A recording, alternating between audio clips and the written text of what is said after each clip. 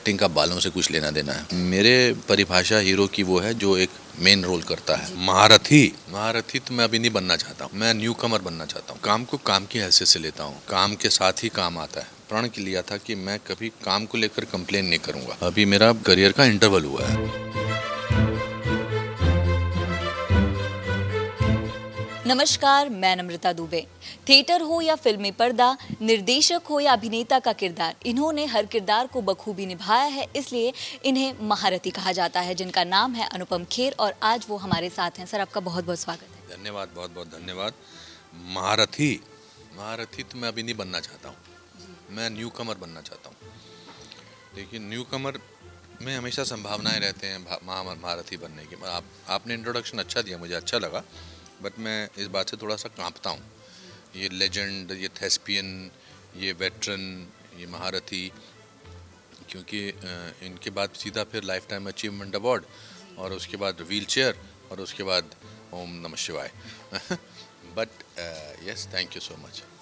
Sir, आपके career की बात करें तो 35 साल लगभग पूरे हो जाएंगे, तो मुझे ये जानना है कि इतनी सारी फिल्में आपने की है, एक एक्टर के अंदर एक क्या फील होता है कि ये किरदार मुझे निभाना ही है? वो एक कौन सी चीज़ है जो अभी भी कोई फिल्म साइन करने से पहले आपके माइंड में आती है? मैं काम को काम की हैसियत से लेता हूँ और मुझे लगता है कि काम के साथ ही काम आता है।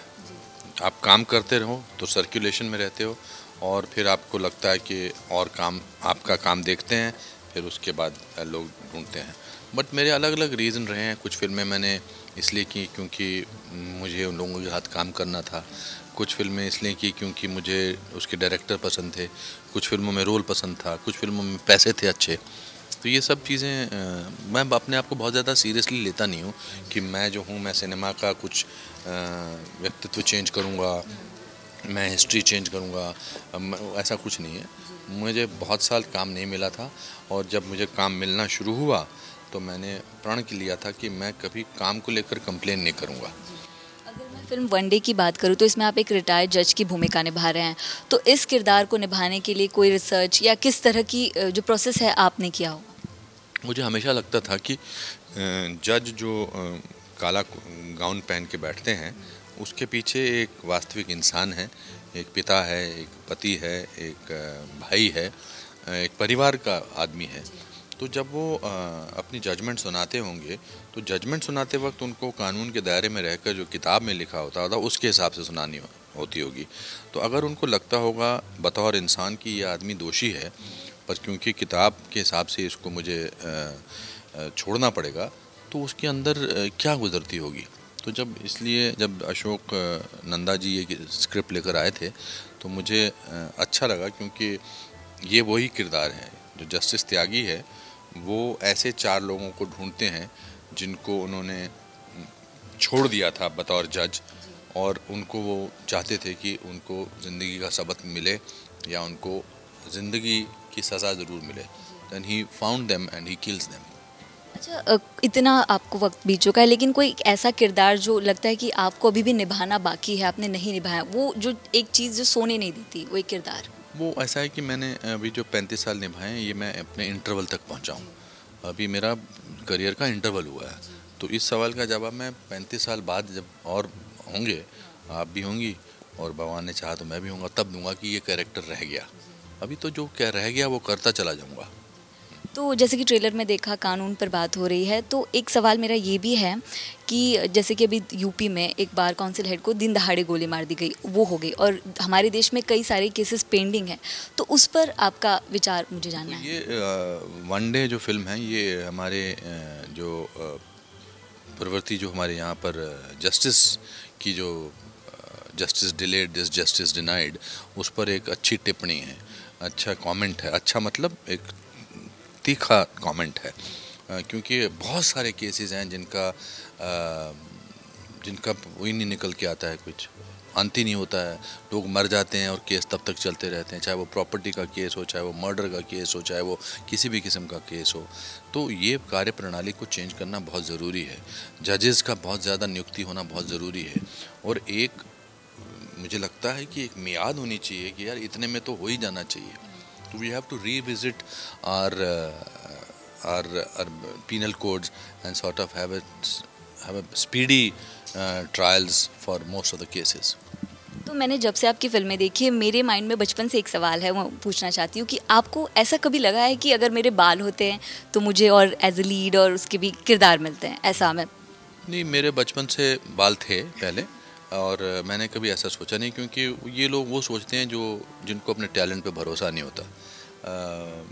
मेरे जब बाल निकलने शुरू हुए थे 19 साल की उम्र में से हुए थे, जब मैं इंडिया अपना शिमला से दिल्ली, दिल्ली से लखनऊ और लखनऊ से बॉम्बे आया था, तो I was 23 years old and I was बॉल्डिंग from all over the place.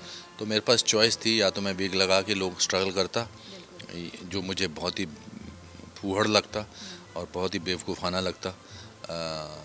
तो मैंने सोचा कि मैं अपने बलबूते पे, मैं ड्रामा स्कूल का स्टूडेंट हूँ, मैं गोल्ड मेडलिस्ट हूँ, मैंने बहुत सारे प्लेस किए हैं, मुझे ये प्रथा चेंज करनी चाहिए कि एक्टिंग का बालों से कुछ लेना देना है।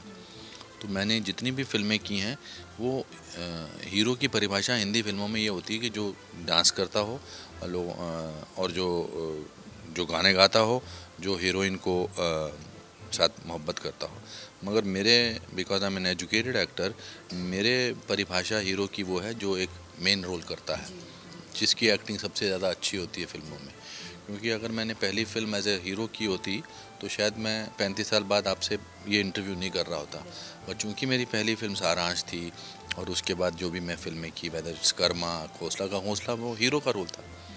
वेडनेसडे में हीरो का रोल था, स्पेशल 26 में हीरो का रोल था, मैंने गांधी को नहीं मारा में हीरो का रोल था। तो मापदंड जो है वो आपको अपने जीवन में अपने आप बनाने पड़ते हैं। ये जानना चाहती हूँ कि इतना वक्त बीत चुका है, तो आपको लग रहा है अब जिस तरह की फिल्में रिलीज हो रही, तो कंटेंट जो फिल्में हैं, अब उन्हें देखने का ऑडियंसेस का नज़रिया बदल गया है? आपको लग रहा है ऑडियंसेस के विचार और सोच बदलती जा रही है फिल्मों को लेकर? Because they have a choice now ना, अभी सिर्फ उनको फिल्मों में डिपेंडेंट होना नहीं ज़रूरी है। अब मल्टीप्लेक्सेस हैं, शॉप्स हैं, मॉल्स हैं, अलग अलग पोर्टल्स हैं, वेब सीरीज़ है, नेटफ्लिक्स है, अमेज़ॉन है, आपके चैनल हैं इस तरह के। तो उससे वो एजुकेटेड हो गए हैं, और उससे वो जो पहले फिल्में देखते थे सीट की एज पर कि हम देखना चाहते हैं, अब वो बोलते हैं कि दिखाओ हमें क्या बनाया है। तो उससे you can make film like Wednesday और घोंसला का घोंसला और One Day and expect them to do well. Lastly, One Day जो देखने जा रहे हैं ऑडियंस, उनके लिए क्या कहना चाहेंगे? It's a very intriguing thriller.